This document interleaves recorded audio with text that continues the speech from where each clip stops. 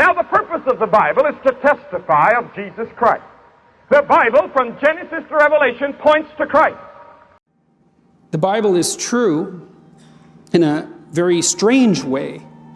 What you do as an educated person is sample that structure that constitutes the sum total of the texts of our civilization. Because if those four things are true, that there's truth, that God exists, that miracles are possible, and the New Testament is reliable enough to let us know that the resurrection occurred, then Christianity is true. Because if Jesus rose from the dead, game over, Christianity is true. So, what is the food you give to the soul? It is reading the Bible, the Word of God. And I don't care who you are, you cannot live a victorious life if you neglect Bible reading and Bible study. But what we have at stake here is far more than that. You know, your life depends on this book. So read it. Pulpit Commentary. And the Lord spake unto Moses and Aaron in the land of Egypt, saying, verse 1. The Lord spake, according to the biblical record. Neither Moses nor Aaron introduced any legislation of their own, either at this time or later. The whole system, religious, political, and ecclesiastical, was received by divine revelation, commanded by God, and merely established by the agency of the two brothers in the land of Egypt. The introduction of these words seems to show that we have here a separate document on the subject of the Passover, written independently of what has preceded, some time after the Exodus, and placed here without alteration. When Moses gathered together his various writings into a single work. Verse 2, this month shall be unto you the beginning of months. The Israelite year would seem to have hitherto commenced with the autumnal equinox. See Exodus chapter 23 verse 16, or at any rate with the month Tisri, or Ethanim, which corresponded to our October. Henceforth 2 reckonings were employed, one for sacred, the other for civil purposes. The first month of each year, sacred or civil, being the 7th month of the other. Abib, the month of years our April, nearly became now the first month of the ecclesiastical year, while Tisri became its 7th or sabbatical month. It is remarkable that neither the Egyptians nor the Babylonians agreed with the original Israelite practice, the Egyptians commencing their year with Thoth, or July, and the Babylonians and Assyrians theirs with Nisanu, or April. Verse 3, speak ye unto all the congregation. Under the existing circumstances, Moses could only venture to summon the elders of Israel to a meeting. He necessarily left it to them to signify his wishes to the people. Read see verse 21. A lamb. The Hebrew word is one of much wider meaning than our lamb. It is applicable to both sheep and goats, and to either animal without limit of age. In the present case, the age was fixed at a year by subsequent enactment ver. 5. But the offerer was left free with respect to the species. It is curious that, such being the case, the lamb alone should, so far as appears, ever have been offered, according to the house of their fathers. Literally, for a father's house, i.e. for a family. Verse 4. If the household be too little for the lamb, i.e., too few to consume it at a sitting, usage in course of time fixed the minimum number at 10. The whole family, men, women, and children participated. The lamb was generally slain between the 9th hour 3 p.m. and the 11th 5 p.m. Let him and his neighbor take it according to the number of the souls. If there were a household of only 5, which could not possibly consume the lamb, any large neighboring family was to send 5 or 6 of its number, to make up the deficiency, every man according to his eating, etc. It is difficult to see what sense our translators intended. The real direction is that, in providing a proper number of guests, consideration should be had of the amount which they would be likely to eat. Children and the very aged were not to be reckoned as if they were men in the vigor of life. Translate, each man according to his eating shall ye count towards the lamb. Verse 5. Your lamb shall be without blemish. Natural piety would teach that the blind, the lame, and the sick should not be selected for sacrifice. See Malachi chapter 1 verse 8. The law afterwards expressly forbade any blemished animals blind, or broken, or maimed, or having a one or scurvy, or scab to be offered for any of the stated sacrifices, though they might be given as freewill offerings. See Leviticus chapter 22 verses 20 through 25. The absence of blemish was especially important in a victim which was to typify one holy, harmless, undefiled, separate from sinners, a male, as standing in place of, and redeeming the firstborn of the males in each family of the first year, perhaps as then more approaching to the ideal of perfect innocence. The requirement was not a usual one, or from the goats. Theodoret says the proviso was made for the relief of the poorer class of persons, but practically it seems not to have taken effect. When people were poor, their richer neighbors supplied them with lambs from Kalish. Verse 6, ye shall keep it up until the 14th day.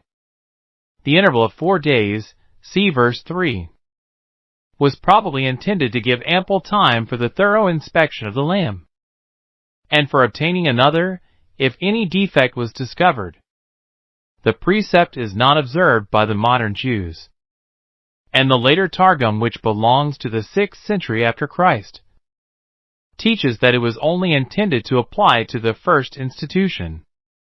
But the text of Exodus is wholly against this. The whole assembly of the congregation of Israel shall kill it. One of the main peculiarities of the paschal sacrifice was this, that the head of each family was entitled in the early times was required to offer the sacrifice for himself. In it no one intervened between the individual and God. Thus, it was recognized that the whole nation was a nation of priests, as are Christians also. According to St. John, in Revelation 1 verse 6, and St. Peter, in 1 Peter 2 verse 5. The intervention of Levites at a late date, 2 Chronicles 30 verse 17, and 2 Chronicles 35 verse 5, was contrary to the original institution. In the evening, literally, between the 2 evenings, this phrase has been explained in 2 ways. Some regard the first evening as commencing when the sun begins visibly to decline from the zenith, i.e. about 2 or 3 o'clock, and the second as following the sunset. Others say that the sunset introduces the first evening, and that the second begins when the twilight ends, which they consider to have been an hour and 20 minutes later quoted by Kalish. The use of the phrase in chapter 16:12, and the command in Deuteronomy 16 verse 6, thou shalt sacrifice the Passover at even, at the going down of the sun, seem to be decisive in favor of the second explanation. The first arose out of the later practice. When the lambs were sacrificed in the temple by a continual succession of offerers, it became impossible to complete the sacrifices in the short time originally allowed. Of necessity, the work of killing the victims was commenced pretty early in the afternoon, and continued till after sunset. The interpretation of the direction was then altered, to bring it into accord with the altered practice. Verse 7, they shall take of the blood. The blood, which, according to Hebrew ideas, is the life, and so the very essence of the sacrifice, was always regarded as the special symbol of that expiation and atonement with a view to which sacrifice was instituted, as by the paschal sacrifice atonement was made for the house, which was therefore to escape unscathed. The sign of atonement was to be conspicuously placed upon it, and strike. The striking was to be by means of a bunch of hyssop dipped in the blood. See verse 22. The selection of the doorway, as the part of the house to receive the stains of blood is probably to be connected with the idea that the secondary agency producing death, whatever it was, would enter by the door, and if the door showed the house to have been atoned for, would not enter. The upper door passed. The word used is elsewhere translated lintel. Exodus chapter 12 verses 22 and 23, but it seems properly to mean the lattice window, which was commonly placed over a doorway in Egyptian houses, and which is often represented in the facades of tombs. It is derived from a root signifying to look out. Verse 8. Roast with fire. The meat of sacrificial meals was commonly boiled by the Hebrews. See 1 Samuel chapter 2 verses 14 and 15. The command to roast the paschal lamb is accounted for by its being a simpler and quicker process than boiling, by a special sanctity being regarded as attaching to fire by the difficulty of cooking the animal whole unless it were roasted. Justin Martyr's statement that for roasting 2 wooden spits were required, placed at right angles the one to the other, and thus extending the victim on a cross, will seem to many a better ground for the direction than any of these. And unleavened bread. See below verse 18. With bitter herbs, literally with bitternesses. That herbs, or vegetables of some kind, are intended, there is no reasonable doubt. The Mishnah enumerates endive, chicory, wild lettuce, and nettles among the herbs that might be eaten. It is a strange notion of Kurtz's that the bitter herbs were a condiment, and communicated a more agreeable flavor to the food. Undoubtedly they were a disagreeable accompaniment, and represented at once the bitterness of the Egyptian bondage. See Exodus 1 verse 14, and the need of self-denial, if we would feed on Christ. Verse 9. Eat not of it raw. The injunction appears to modern superfluous eating of the raw flesh of victim sacrificed, seems to have been practiced by several heathen nations in ancient times, more especially in the worship of Dionysus or Bacchus. Its head with its legs. The lamb was to be roasted whole according to some, as a symbol of the unity of Israel, and especially of the political unit which they were to become so soon as they quitted Egypt. But, as we learn from St. John, found in John chapter 19 verse 36, still more to prefigure the unbroken body of him whom the Lamb especially represented, the true propitiation and atonement, and deliverer of his people from the destroyer, our Lord Jesus Christ, the pertinence thereof, rather, the intestines thereof.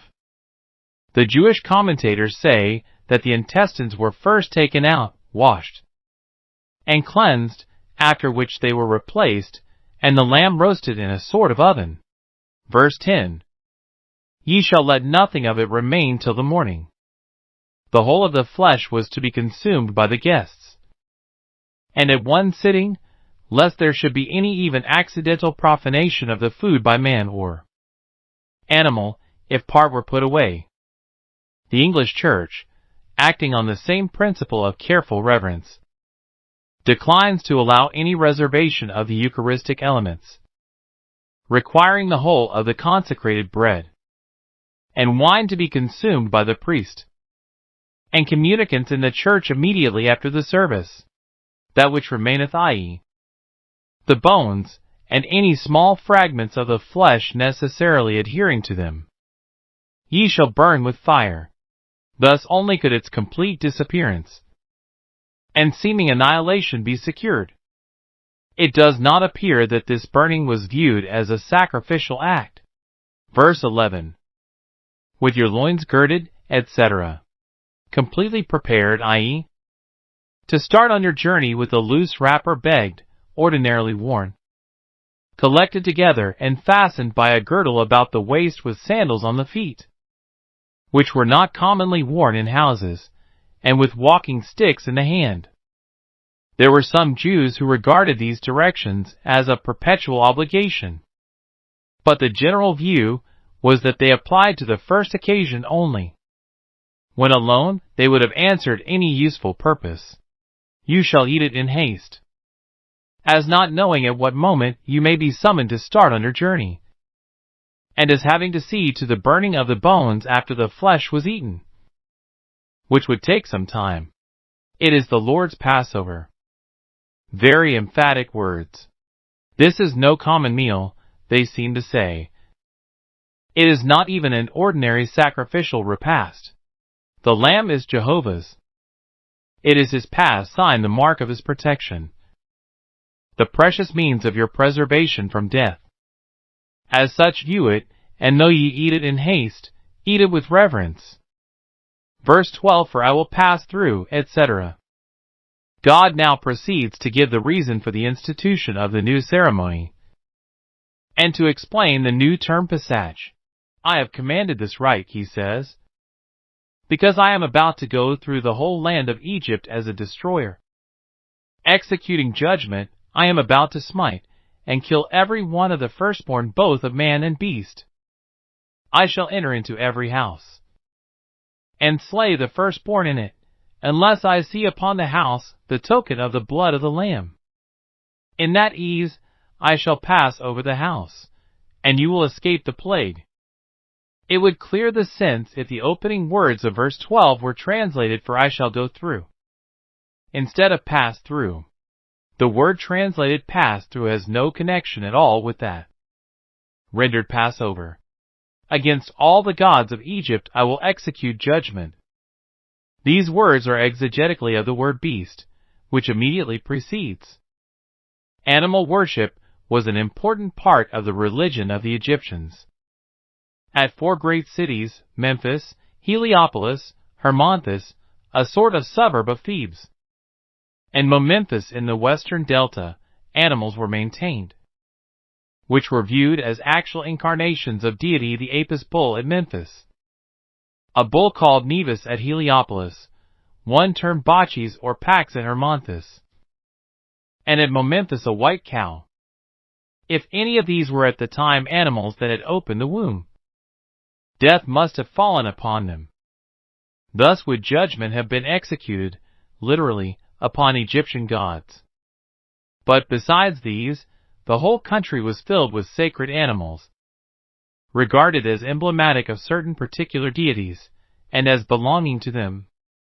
Sheep were sacred to Neph, goats to Chem, cows to Ather, cats to Pash, dogs, and jackals to Anubis, lions to Horus, crocodiles to Set, and Sabbac, hippopotami to Turis, cynocephalous apes to Thoth, frogs to Heka. A sudden mortality among the sacred animals would be felt by the Egyptians as a blow struck against the gods to whom they belonged, and as a judgment upon them. It is scarcely necessary to understand literally the expression all the gods, and to defend it by the assertion that not a single deity of Egypt but was represented by some beast. Such an assertion cannot be proved and is probably not correct. It has often been remarked, and is generally allowed, that Scripture uses universal expressions where most, or even many, of a class are meant. I am the Lord. Rather, as in Exodus chapter 6 verse 8, against all the gods of Egypt I will execute judgment, I, Jehovah. Verse 13. The blood shall be to you for a token, etc. The blood was not to be a token to the Israelites, but to God for them. Translate, and the blood shall be as a token for you upon the houses that you are there. It shall distinguish the houses in which you dwell from the others. I will pass over you. This is the emphatic clause.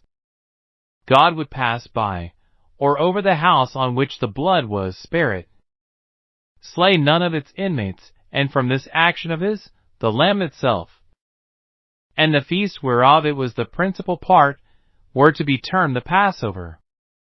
It has been proposed to connect the Hebrew Pesach with the Egyptian Pesh to stretch or extend protection, but the name Tifsak, borne by the place of passage over the Euphrates, 1 Kings chapter 4 verse 24, would seem to indicate that crossing or passing over is the primary meaning of the route. Verses 14 through 20. Hitherto the directions given have had reference, primarily, and mainly, if not wholly, to the first celebration of the Passover on the night preceding the Exodus.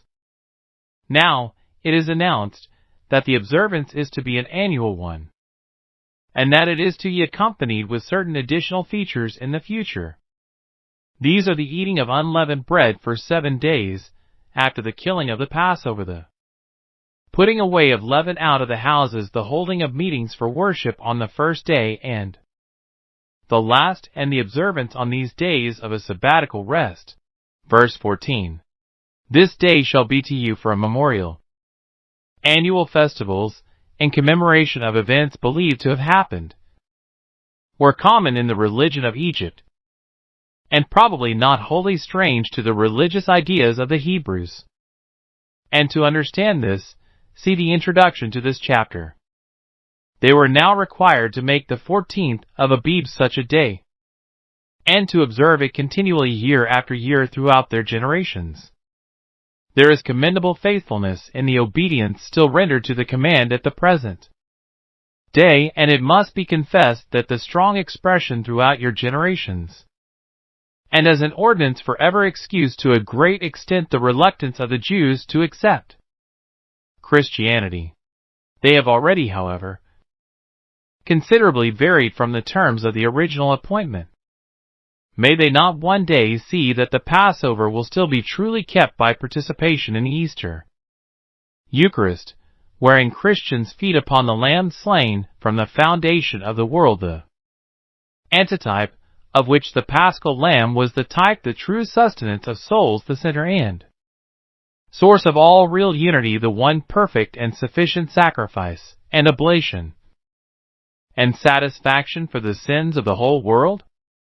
The Church requires an Easter communion of all her members, proclaims that on that day, Christ our Passover being slain, we are to keep the feast, and thus, so far as in her lies, maintains the festival as an ordinance forever, to be observed through all her generations. Verse 15. 7 days. There is no indication that the week of 7 days was admitted by the ancient Egyptians, or even known to them. Apparently, the nation which first adopted it was that of the Babylonians. Abraham may have brought it with him from Ur of the Chaldees, and from him it may have passed to Jacob, and so to Moses. That the week was known in the family of Abraham before the giving of the law appears from Genesis chapter 29 verses 27 and 28. Unleavened bread is typical of purity of heart, leaven being an emblem of corruption, as found in Matthew chapter 16 verses 6 through 12, and 1 Corinthians chapter 5 verse 7. Leaven, says Plutarch, comes from corruption, and corrupts the dough with which it is mixed, and every fermentation seems to be a putrefaction. The primary command to celebrate the first Passover with unleavened instead of leavened bread, verse 8, must be attributed wholly to this symbolism.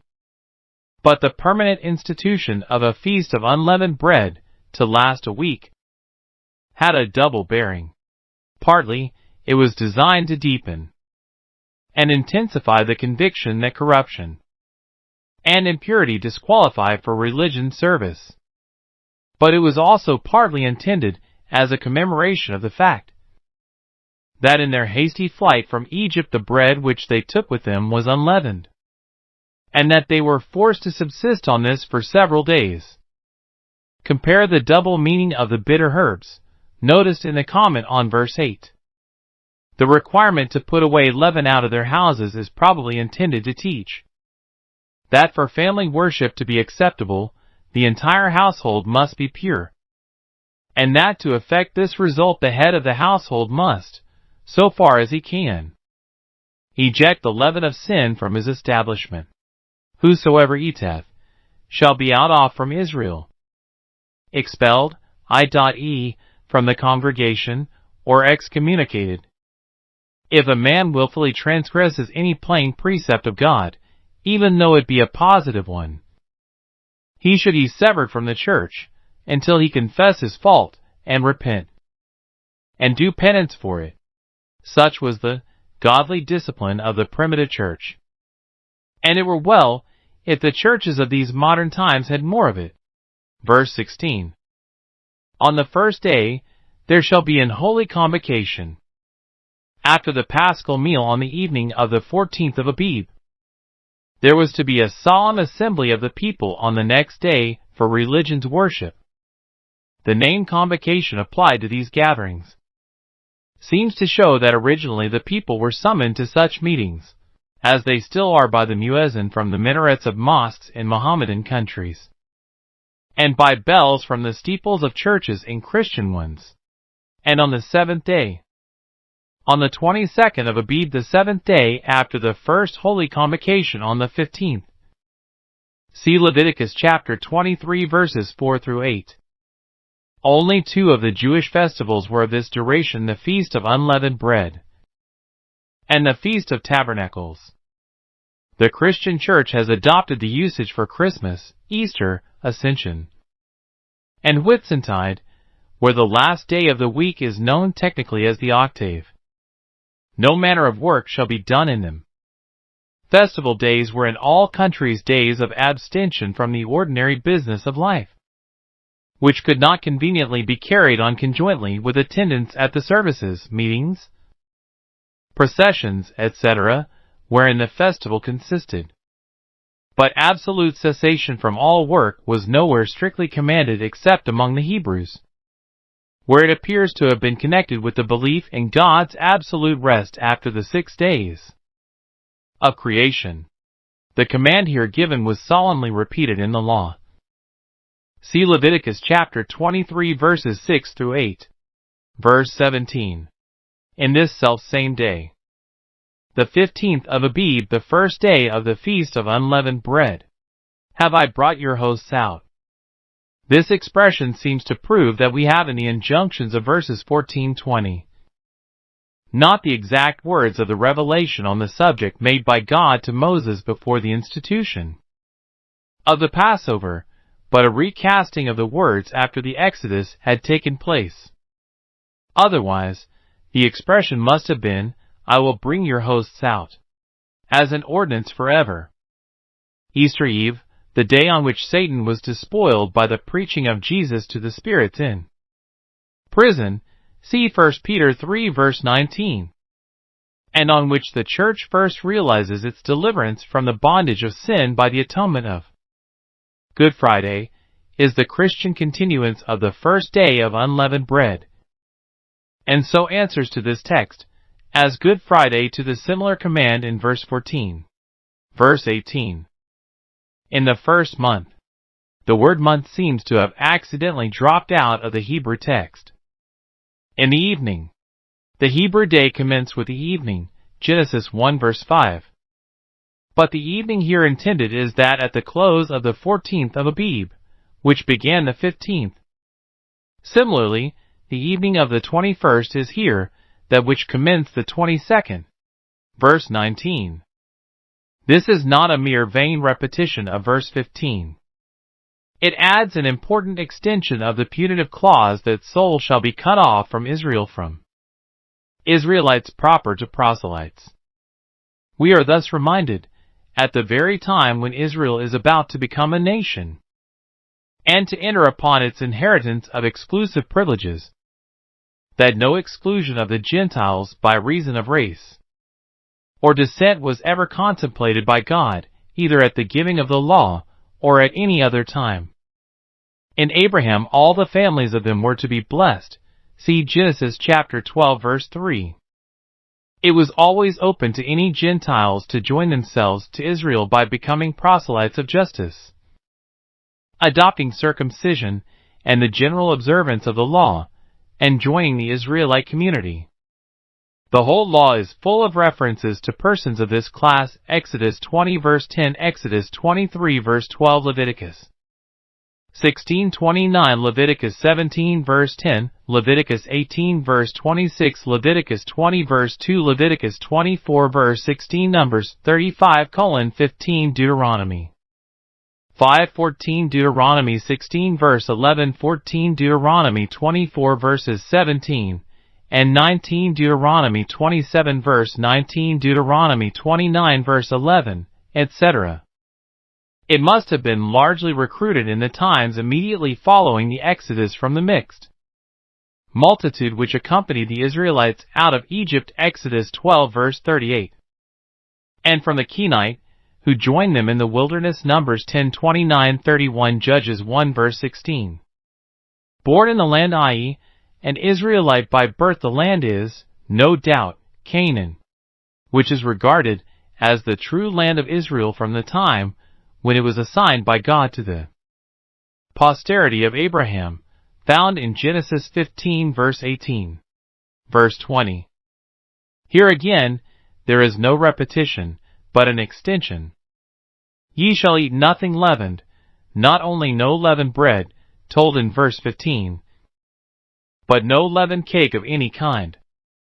And in all your habitations shall ye eat unleavened bread, wherever ye dwell, whether in Egypt, or in the wilderness, or in Palestine, or in Babylonia, or in Media, this law shall be observed. So the Jews observe it everywhere to this day, though they no longer sacrifice the paschal lamb. Verse 21-28. The first Passover. Having received the divine directions as to the new rite, if not with all the fullness ultimately given them, yet with sufficient fullness for the immediate purpose, Moses proceeded to communicate the divine will to the people under his protection. Having already aroused the jealousy and hatred of Pharaoh, he could not summon a general assembly of the people, but he ventured to call a meeting of the elders, or heads of principal families, and through them communicated the orders which he had received to the entire nation.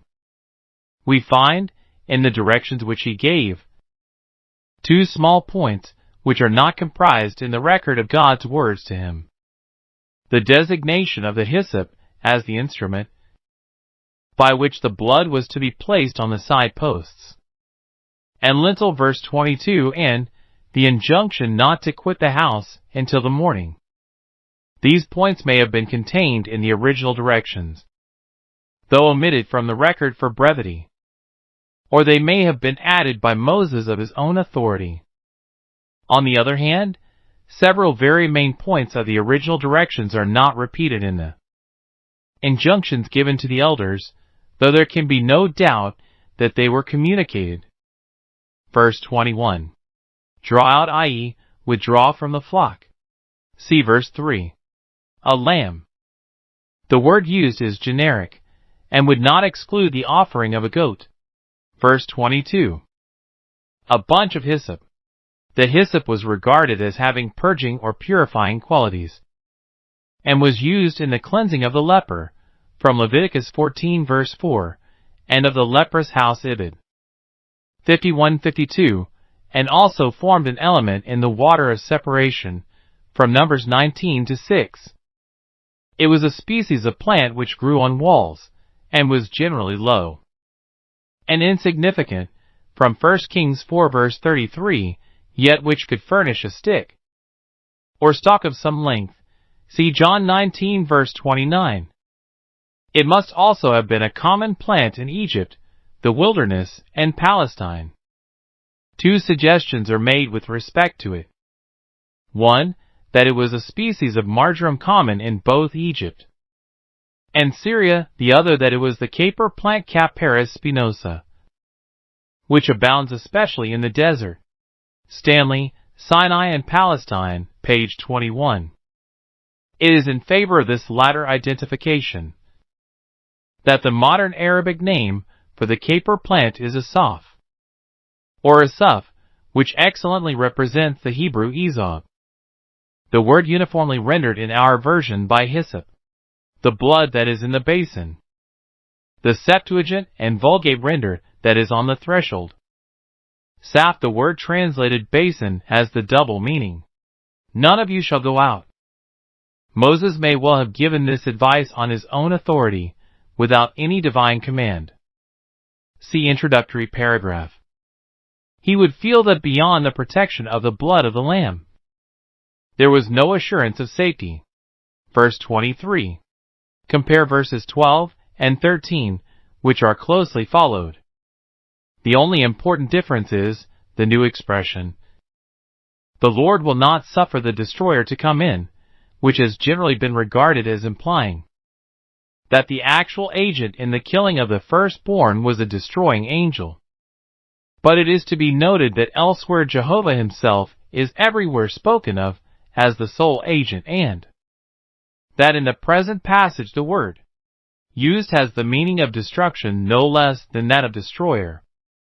Bishop Loth's idea of an opposition between God and the destroying angel, found in commentary on Isaiah 31 verse 5, is scarcely tenable. Verse 24. To thee and to thy children. The change from the plural to the singular is curious, perhaps. We are to understand that Moses insisted on the perpetuity of the ordinance to each of the elders. Severally. Verse 25. The land which the Lord will give you, according as he hath promised. See above, Exodus 3 verse 8 through 17, Exodus 6 verse 4, and compare Genesis 17 verse 8, Genesis 28 verse 4, etc. Verse 26. When your children shall say unto you, What mean ye by this service? Apparently Moses adds these injunctions by his own sole authority. He assumes that curiosity will be aroused by the strange and peculiar features of the Paschal ceremony, and that each generation in succession will wish to know its meaning and origin. Verse 27. It is the sacrifice. It has been denied that the Paschal lamb was, in the true sense of the word, a sacrifice, from Karpsov and others. But this passage alone is decisive on the question, and proves that it was. Moreover, it was offered in the holy place, Deuteronomy 16 verse 5. 6. The blood of it was sprinkled upon the altar, and the fat was burnt. 2 Chronicles 30 verse 16, 2 Chronicles 35 verse 11. Compare also Exodus 23 verse 18, Numbers 9:7, Deuteronomy 16 verse 2. The people bowed the head and worshipped, rather, and made obeisance. Compare Exodus 4 verse 31. By the people seems to be meant the elders of the people. See verse 21. Verse 28. So did they. The long series of miracles wrought by Moses and Aaron had so impressed the people that they yielded an undoubting and ready obedience. Verses 29, 30. The 10th plague. At last the time had come for the dealing of the final blow. 9 plagues had been sent, 9 inflictions endured, and no serious effect had been produced. Once or twice Pharaoh had wavered, had made profession of submitting himself, had even acknowledged his sin, but each time he had relapsed into obstinacy. Now at length the fiat had gone forth for that last plague which had been announced the first. From Exodus 4 verse 23. Pharaoh's own son, his firstborn, the heir to his throne, was smitten with death, in common with all the other male Egyptians who had opened the womb. What the effect on the king would have been, had he alone suffered, we cannot certainly say. As it was, the whole population of the country, nobles, tradesmen, peasants, suffered with him, and the feeling aroused was so intense that the popular movement left him no choice. The Egyptians everywhere rose up in the night, verse 30, and raised a great cry, and insisted that the Israelites should depart at once, verse 33. Each man feared for himself, and felt his life insecure, so long as a single Israelite remained in the land. Verse 29. At midnight, as prophesied by Moses in Exodus 11 verse 4. The day had not been fixed, and this uncertainty must have added to the horror of the situation. The firstborn of Pharaoh. We have no proof that the eldest son of Manasseh died before his father, unless we take this passage as proving it. He left a son, called Seti-Manasseh, or Seti II, who either succeeded him, or reigned after a short interval, during which the throne was held by Amminadab, a usurper. The firstborn of the captive, who was in the dungeon. This phrase takes the place of another expression, viz., the firstborn of the maidservant that is behind the mill, from Exodus 11 verse 5. In both cases, the general meaning is all, from the highest to the lowest. This is perhaps the whole that is in the writer's thought. But it is also true that captives in dungeons were in some cases employed in turning hand mills. Judges 16 verse 21. And all the firstborn of cattle, rather of beasts. There is no limitation of the plague to domesticated animals. Verse 30. And Pharaoh rose up in the night, and all his servants. This general disturbance differentiates the present visitations from that which came upon the host of Sennacherib. 2 Kings 19 verse 35. Then the calamity came with such silence and secrecy that the deaths were not suspected until men rose to go about their various tasks in the morning. Now, every household seems to have been aroused from its sleep in the night. We must suppose sharp and painful illness, terminating after a few hours in death. The disaster itself may have been one from which Egypt often suffers in the spring of the year. Kalish, but it's attacking all the firstborn and no others. And no Israelites, as well as its announcement, plainly showed it to be miraculous. There was a great cry. See the comment on Exodus 11 verse 6. For there was not a house where there was not one dead. This is perhaps a slight hyperbole. There would be many families in which there was no son. And some houses might contain no male who had opened the womb. It is always to be borne in mind that the language of Scripture, especially where exciting and tragical events are narrated, is poetical, or at the least highly rhetorical. Verses 31-36. The dismissal, the first action, seems to have been taken by Pharaoh. The cry of the people had no doubt been heard in the palace, and he was aware that the blow had not fallen on himself alone, and may have anticipated what the people's feelings would be. But he did not wait for any direct pressure to be put upon him before yielding. He sent his chief officers, from Exodus 11 verse 8, while it was still night, Exodus 12 verse 31, to inform Moses and Aaron not only that they might, but that they must take their departure immediately with all the people, and added that they might take with them their flocks and herds. The surrender was thus complete, and it was accompanied by a request which we should scarcely have expected. Pharaoh craved at the hands of the two brothers a blessing. We are not told how his request was received, but that it should have been made is a striking indication of how his pride was humbled. The overture from Pharaoh was followed rapidly by a popular movement, which was universal and irresistible.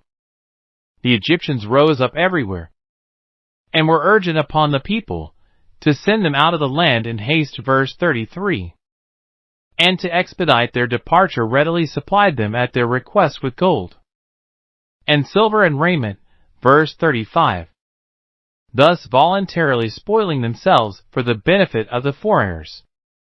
The Israelites, long previously prepared for the moment which had now arrived, made their final arrangements, and before the day was over a lengthy column was set in motion, and proceeded from Ramesses, which seems to have been a suburb of Tunis, according to Brugge. History of Egypt, Volume 2, pages 96 through 99, to an unknown place called Succos. which must have lain towards the southeast, and was probably not very remote from the capital. Verse 31. And he called for Moses and Aaron. Kalish understands this as a summons to the king's presence. From Commentary, page 130. And even supposes that the two brothers complied, notwithstanding what Moses had said. Exodus 10 verse 29. But perhaps no more is meant than at Pharaoh's instance Moses and Aaron were summoned to an interview with some of the court officials. See Exodus 11 verse 8. As ye have said, literally, according to your words. The reference is to such passages as Exodus 8 verses 1 and 20, Exodus 9 verses 1 and 13. Verse 32. Also take your flocks and your herds. Pharaoh thus retracted the prohibition of Exodus 10 verse 24, and gave the sacrifices and burnt offerings which Moses had required. Verse 25. Bless me also. Pharaoh was probably accustomed to receive blessings from his own priests, and had thus been led to value them. His desire for a blessing from Moses and Aaron ere they departed probably sprang from a conviction based on the miracles which he had witnessed, that their intercession would avail more with God than that of his own hierarchy. Verse 33. The Egyptians were urgent upon the people. The Egyptians feared that, if any further delay took place, the God of the Hebrews might not be content with slaying all the firstborn, but might punish with death the whole nation, or at any rate all the males. It is easy to see how their desire to get rid of the Israelites would expedite matters, and enable all to set out upon the journey on the same day. Verse 34. The people took their dough. They probably regarded dough as more convenient for a journey than flour, and so made their flour into dough before starting, but they had no time to add leaven. Their kneading troughs. This rendering is correct, both here and in the two other places where the word occurs, Exodus 8 verse 3 and Deuteronomy 28 verse 5. Kneading troughs would be a necessity in the desert, and, if like those of the modern Arabs, which are merely small wooden bowls, would be light and portable. The dough and kneading troughs, with perhaps other necessaries, were carried, as the Arabs still carried many small objects, bound up in their clothes, i.e., in the beg or ample shawl upon their shoulders. Verse 35. The children of Israel did according to the word of Moses. See above, Exodus 11 verse 2. They borrowed. On this mistranslation, see the comment upon Exodus 3 verse 22. It is plain that the gold and silver articles and the raiment were freewill gifts which the Egyptians never expected to see again, and which the Hebrews asked and took, but in no sense borrowed. Hengstenberg and Kurtz have shown clearly that the primary meaning of the words translated borrowed and lent is asked and granted, and that the sense of borrowing and lending is only to be assigned them when it is required by the context. Verse 36. So that they lent unto them such things as they required. Rather, so that they granted them what they asked. They spoiled the Egyptians. See the comment on Exodus 3 verse 22, ad fin. The result was that the Israelites went forth, not as slaves, but as conquerors, decked with the jewels of the Egyptians, as though they had conquered and despoiled them. Verses 37-39. The departure. There are, no doubts, great difficulties in conceiving the departure on one day from one place of 600,000 that were men, beside children. The difficulty is increased when we find, from Numbers 1:3 through 43, that by men is meant males above 20 years of age. The entire body of Israelites is thus raised from over 500,000 to over 2 millions. The whole narrative, however, supposes some such number, and it is accepted by the best critics as Ewald, Kalish, Kurtz, Canon Cook, and others, as these 2 millions must have lived dispersed over a considerable space. And there could have been no advantage in their all assembling at Ramesses from Tunis. We are probably to suppose the main body with Moses and Aaron to have started from that place, while the others, obeying orders previously given, started from all parts of Goshen and converged upon Sukkot, which was the first rendezvous. Each body of travelers was accompanied by its flocks and herds, and followed by a number of slaves, dependents, and sympathizers not of Hebrew birth. 38, which still further enlarged their numbers. The extremely open character of the country and the firmness of the soil at the time of year would facilitate the journey. There was no marching along roads, which indeed did not exist. Each company could spread itself out at its pleasure and go its own pace. All knew the point of meeting, and marched towards it in converging lines, there being no obstacle to hinder them. Arrived in the vicinity of Sukkot, they could bivouac without hurt in that fine climate, in the open air. Verse 37, from Ramesses. It has been doubted whether this Ramesses is the same place as the Ramses of Exodus 1 verse 11.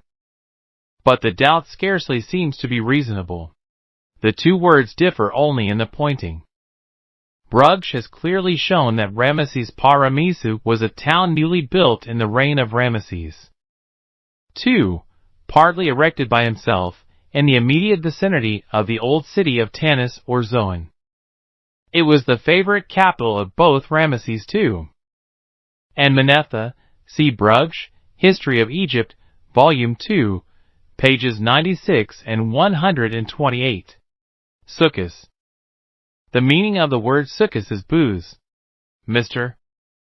Greville Chester tells us that huts made of reeds are common at the present day in the tract south east of Tunis, and suggests that the Sukkot here mentioned may have been at Salahiyah, 15 miles due south of Tunis.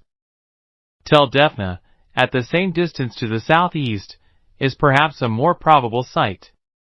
600,000. See the introductory paragraph. At the time of the numbering recorded in Numbers chapter 1, the males above 20 years of age were 625,550. Beside children, rather, beside families. The word used includes all the women, and the children under 20. Verse 38. A mixed multitude went up also with them. Kalish supposes that these strangers were native Egyptians, anxious to escape the tyranny of the kings. Canon Cook suggests that they were remains of the old Semitic population of the eastern provinces. Perhaps it is more probable that they consisted of fugitives from other subject races, as the Shartana, oppressed by the pharaohs. We have again mention of this mixed multitude in Numbers 11:4, where we find that they were the first to regret the flesh, and the fish, the cucumbers, the melons, the leeks, the onions, and the garlic which they had eaten in Egypt freely. IV 5. They thus set a bad example, which the Israelites followed. And flocks, and herds, even very much cattle. Compare Exodus 10 verse 26. It has been noticed that this is important, as lessening the difficulties connected with the sustentation of the Israelites in the wilderness. But it increases, on the other hand, the difficulties connected with the march, and with the possibility of finding pasture for such large flocks and herds in the Sinaitic Peninsula. Verse 39. Unleavened cakes. Some of the modern Arabs make such cakes by simply mixing flour with water and attaching flat circular pieces of the dough thus formed to the sides of their ovens after they have heated them. Niebuhr, Description de l'Arabie, 45, and PL 1, F. Others put a lump of dough into the ashes of a wood fire and cover it over with the embers for a short time layered. Nineveh and Babylon, page 288. All Arab bread is unleavened. They were thrust out of Egypt. Compare ver. 33, verses 40-42. The narrative of the departure from Egypt is followed, not unnaturally, by a notification of the length of the sojourn, which is declared to have been a space of 430 years. In the introduction to the book, we have examined the question which here arises first, as to the soundness, and second, as to the true meaning of the Hebrew text, and have arrived at the conclusion that it is sound, and that it means what it says, viz., that 430 years elapsed between the arrival of Jacob in Egypt with his sons, and sons' sons, and their families, as related in Genesis 46 verse 1 through 27, and the commencement of the Exodus. The time is required by the genealogy of Joshua found in 1 Chronicles chapter 7 verses 22 through 27. It is in remarkable accordance with the traditions that Joseph was the minister of Apspai, and that the Jews went out under Manasseh. If not absolutely required for the multiplication of the race from 70 souls to above 2 millions, it is at any rate more in accord with that fact than the alternative number 215. It is twice repeated, so that the mistake of a copyist is almost impossible. Verse 40. The sojourning of the children of Israel, which dwelt in Egypt. Rather, which they sojourned in Egypt 430 years. Literally 30 years and 400 years. Verse 41. The self-same day. All the hosts went out. The setting forth upon the journey is regarded as the going out, not the actual exit, which was only effected by the passage of the Red Sea. Verse 42. It is a night to be much observed. We must suppose that some of the Israelites actually commenced their march before the night was over, being hastened by the Egyptians. Verse 33. And having all things in readiness. But the bulk of the people can scarcely have started before daybreak. This is that night of the Lord, i.e., the night concerning which directions have been already given, verses 6 through 11. The only night for which any observances were appointed, in their generations, to all time so long as they continue to be a people. On the bindingness of this commandment, see the comment on verse 14 of this chapter, verses 43-51. Supplementary ordinance with respect to the Passover. The position of these verses is curious. We should have expected them to have followed immediately on verse 20, or else to have been reserved for the further consideration of the subject in chapter 23. It is suggested, in order to account for their place, that they formed the matter of a special revelation made to Moses at Sukkot. They comprise three main points. First, the absolute exclusion of all uncircumcised persons from participation in the Passover rite. Second, the extension of the rite implied in ver. 19 to all full proselytes, and, third, the injunction that not a bone of the lamb should be broken. This last is repeated in Numbers 9:12 verses 43. This is the ordinance of the Passover, i.e., this is the law. In respect of the persons who are to partake of it, there shall no stranger eat thereof, or literally, no son of a stranger shall eat thereof. By a stranger here is meant one of a foreign race, who wishes to retain his foreign character and to remain uncircumcised. Compare ver. 48, verse 44. Every man's servant that is bought for money, or every man's slave. The Mosaic law found servitude existing, and left it existing, only guarding against its extreme abuses. See Exodus 2 verses 20 through 27. It put no check on the traffic in slaves, when thou hast circumcised him. The Jewish commentators say that the desire of the slave to receive the right and become a Jew is here implied. but it would seem rather that opposition and refusal is not thought of as possible. See Genesis 17 verse 13 and 17. The case is like that of baptism among the barbarous nations, where no sooner was the king converted than a general order went forth for the baptism of his subjects, which no one thought of resisting. Then shall he eat thereof. It was a principle of the Jewish law that the slaves should be admitted to complete religious equality with the native Israelites. Compare Leviticus chapter 22 verse 11. Verse 45. A foreigner, literally a sojourner, i.e., a foreigner who is merely passing through the land, or staying for a time, without intending to become a permanent resident. The Septuagint well expresses the meaning. And hired servant. It is assumed that the hired servant will be a foreigner, and intended to guard against any compulsion being put upon him. Verse 46. In one house shall it be eaten. Compare the directions in verses 3 through 10, which imply this, and see the comment on verse 10. Neither shall ye break a bone of it. Kalish thinks that the lamb was a symbol of the unity of the nation, and was therefore not to have any of its bones broken. This view may be a true one, without being exhaustive. It may have been to mark the unity of the church in Christ that his bones were not broken, and in view especially of that unity, that the type was made to correspond in this particular with the antitype. See also John chapter 19 verses 33 through 36. Verse 47. All the congregation shall keep it, rather shall sacrifice it. Commentary wants us to compare with verse 6, verses 48, 49. And when a stranger, etc. Here we have the positive ordinance corresponding to the implied permission in verse 19, and modifying in the most important, and striking away the prohibitive enactment of verse 43.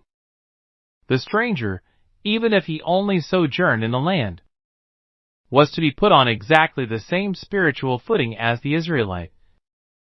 Or one law shall be, etc., if only he and his would be circumcised, and so enter into covenant. Verse 50. Thus did all the children of Israel, i.e., the Israelites, at their first Passover, acted in accordance with these precepts, especially in admitting to the feast all circumcised persons, whether natives or foreigners, and rejecting all the uncircumcised. Verse 51. This verse should be transferred to the commencement of the next chapter, which should run as follows. And it came to pass on the selfsame day that the Lord brought the children of Israel out of the land of Egypt by their armies, that the Lord spake unto Moses, saying, etc. The word armies, which at first sight may seem inappropriate, occurs also in chapter 6, verse 26. It is probably intended to mark that the people were thoroughly organized and marshaled in divisions resembling those of an army,